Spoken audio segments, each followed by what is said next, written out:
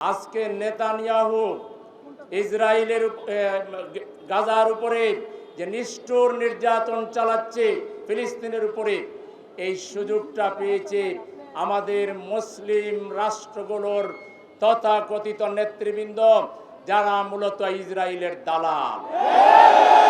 তারা যদি মুসলমানদের প্রতিনিধিত্ব করতেন, ইসরায়েলের বাবারও শক্তি নাই বারবার গাজার উপর হামলা করতে পারে।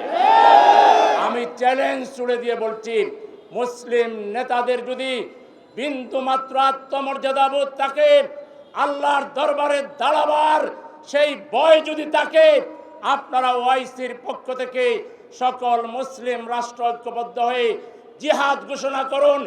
এক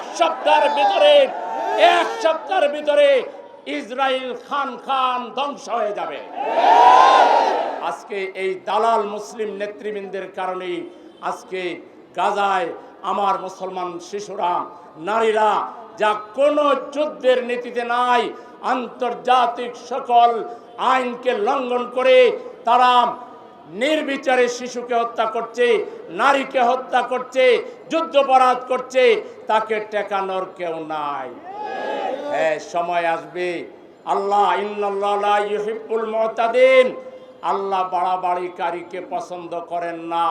খুব শীঘ্রই ইনশাআল্লাহ সেই সময় আসবে, নেতানিয়াহু নমরুদ ফেরাউনের চাইতে ভয়াবহ করুণ পরিণতির সম্মুখীন হতে হবে।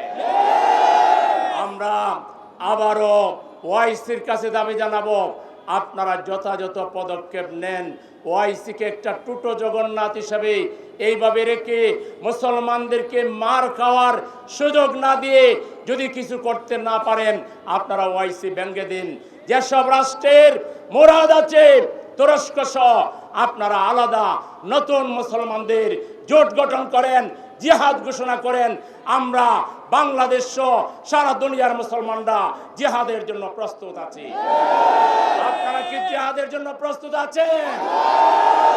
আসুন, আমরা আমাদের প্রতিবাদ জানালাম, আমাদের ইমানি দায়িত্ব পালন করলাম, কিন্তু আমাদের প্রফেসর ইউনূস সাহেব, আপনি একজন আন্তর্জাতিক খ্যাতি সম্পন্ন ব্যক্তিত্ব, আপনাকে আমরা আহ্বান জানাবো, আপনি উদ্যোগ নেন।